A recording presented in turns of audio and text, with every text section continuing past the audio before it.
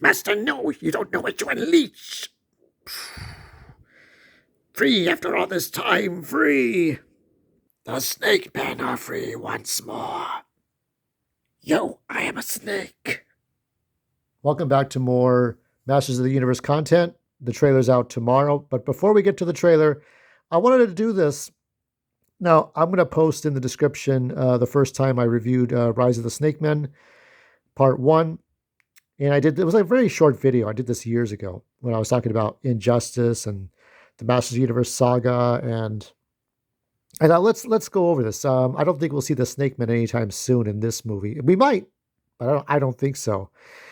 I guess if the first movie goes well, they could do the Snake Men the next movie, and then the third one will be the Horde if they get to the Horde. But the Snake Men actually came after the Horde in the order of toy release. So Cobra Khan did come first, and then later on you'd have King Hiss and the others. But they came after Hordak and the Horde, if you go back to the toys. So it's a little strange, isn't it, that the Snake Men are always the penultimate group of characters you have to meet. I mean, actually, you go from Snake Men to Horde, and then the mutants in outer space. Now, these three comics came out in August of 2003, and then the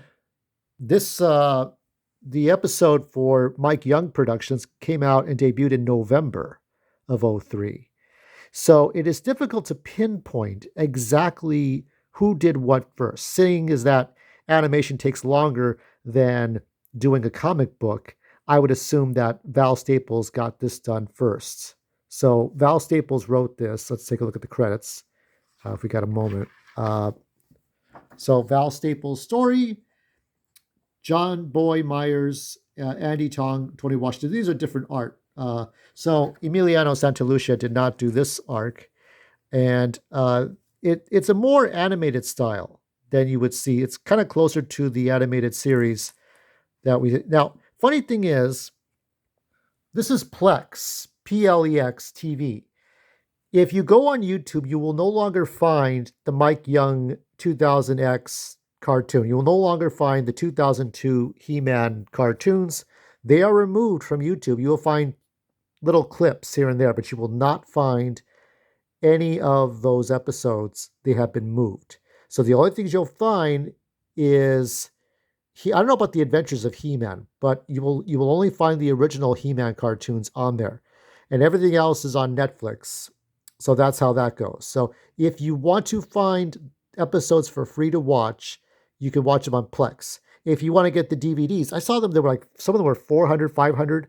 I don't know what they're charging on eBay, but you should not pay more than the price of a Nintendo Switch game for all Nintendo Switch 1 game for all the DVDs. So it's like 50, 60 bucks to get all the DVDs, the entire series. So I don't have the entire series on DVD. I just have the only DVDs I have is for the 2021 He-Man.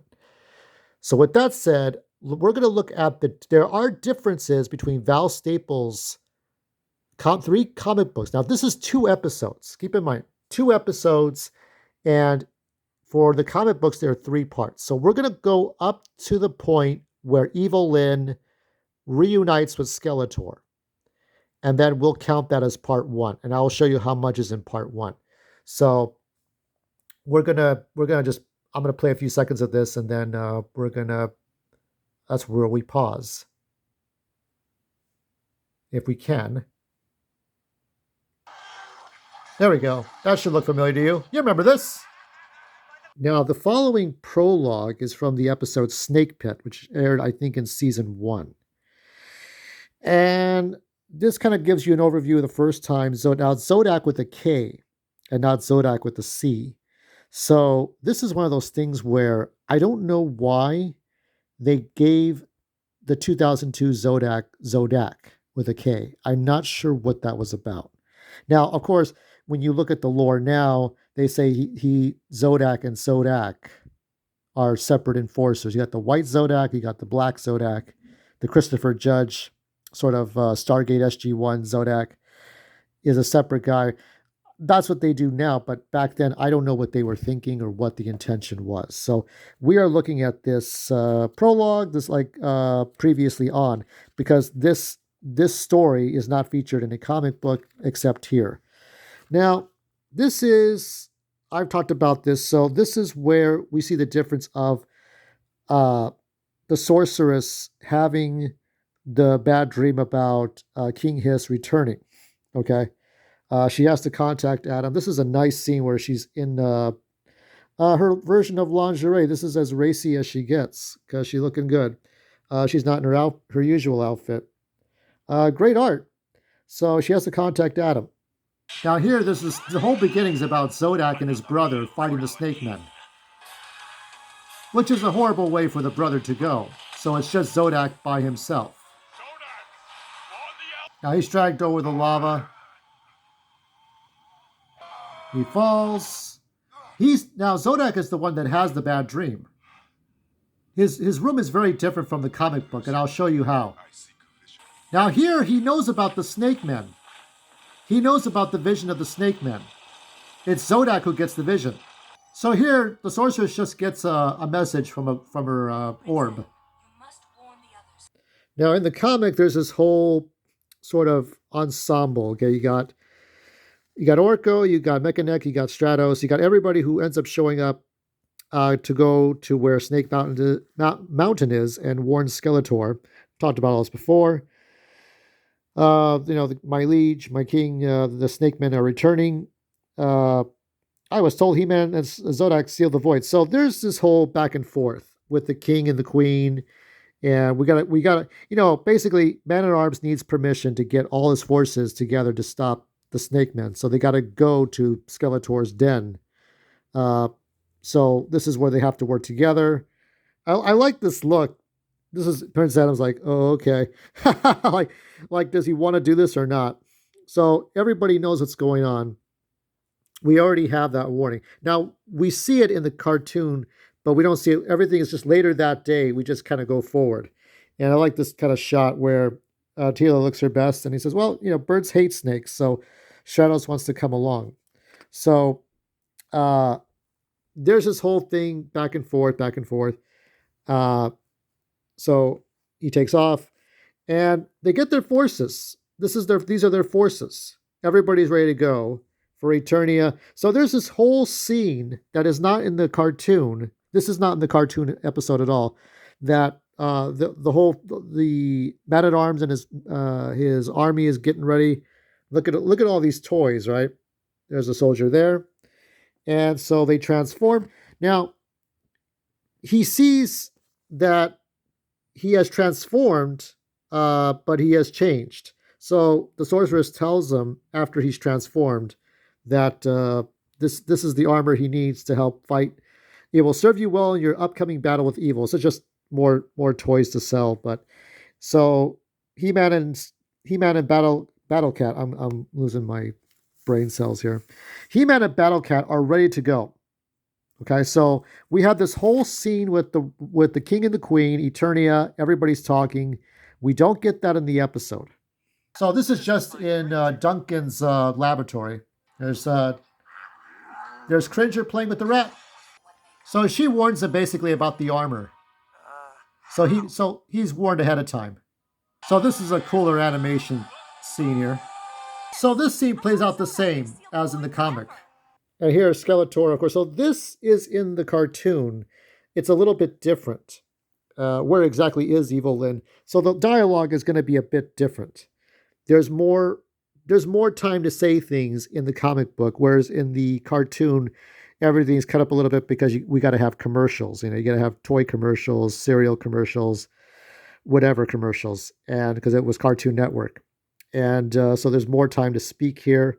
So the dialogue is going to be slightly different, but you will see it. I think Merman did a little bit less in the comic book, but we're going to come up to a scene that's very... Now here, it is going to be, as you saw in the episode of Rise of the Snake Man, it is Evil Lyn, Cobra Khan, and Rattlor. But here they look like they're action figure selves. So you have the action figure models here, and they confront Zodak in his temple. So here they're in their winter gear. So this is this is something after the fact that they redesigned them in winter gear. Well, actually, the bonsai tree is about the same. I didn't think the bonsai tree was in the episode. Now this fight's pretty much the same as in the comic books, except Evil Lyn gets the last hit. And in the comics, it is, I'll show you here.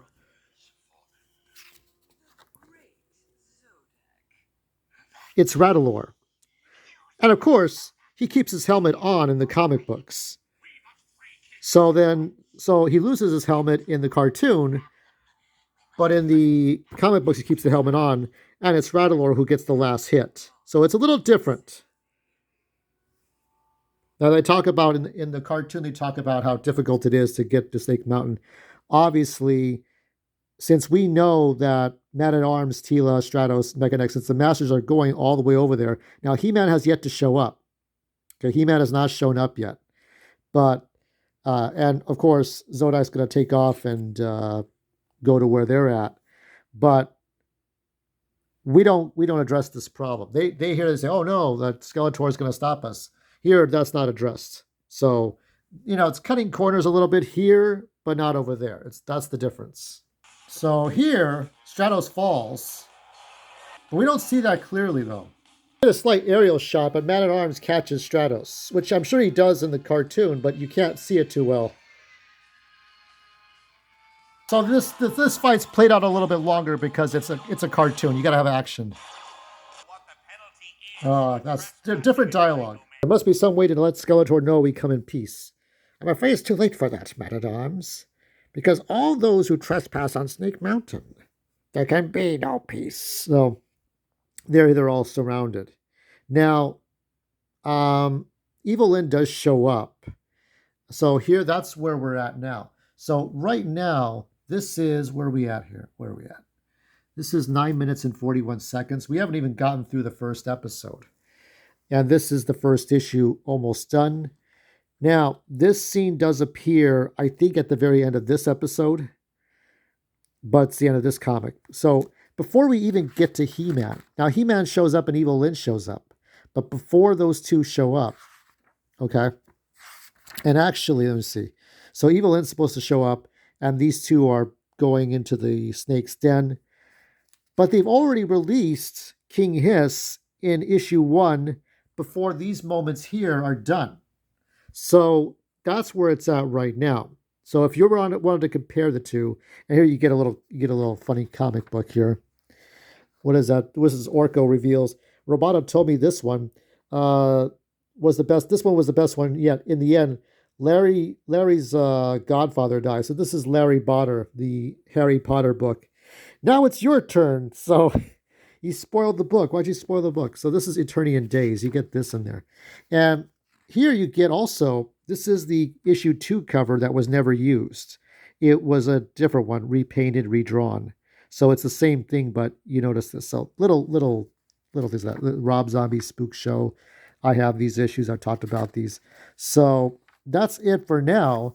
I'll cover the other 2 issues and compare them against the 2 episodes. Since it's 2 episodes and 3 issues, it's going to be a little bit tricky for me to do this.